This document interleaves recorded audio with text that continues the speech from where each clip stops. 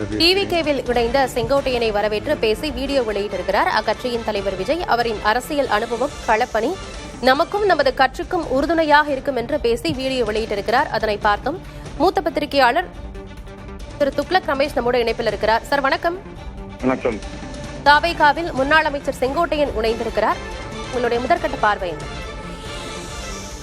திரு செங்கோட்டையன் அவர்கள்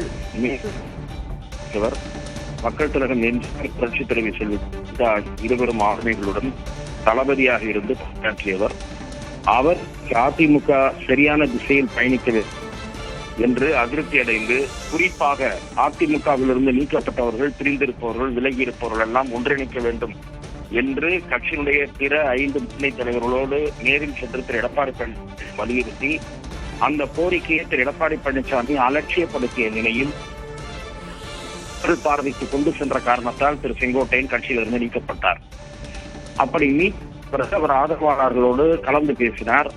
அவருக்கு திமுகவிலிருந்து அழைப்பு இருந்தது.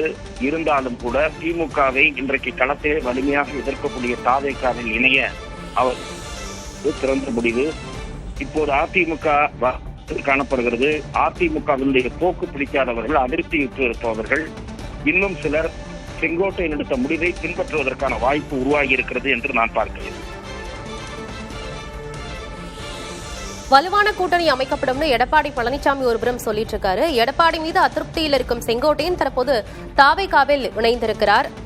இதன் மூலமாக இப்ப அதிமுக டிவிகே கூட்டணி அப்படிங்கிற பேச்சுக்கே இடமில்லை அப்படின்னு நம்ம புரிஞ்சுக்கலாமா சார்? இதன் மூலமாக அல்ல, ஏற்கனவே தாவேகா பொதுக்குழு இதன் மூலமாகவே அதிமுக தாவேகா கூட்டணிக்கு இடமில்லை என்பதை நாம் புரிந்து கொண்டு விட்டோம்.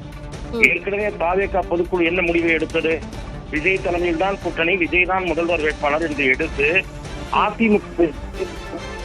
அதிமுகவுக்கு தன்னுடைய கதவுகளை எப்போதோ தாவேகா அடைத்து விட்டது. ஆகவே வலிமையான கூட்டணிக்கு வாய்ப்பு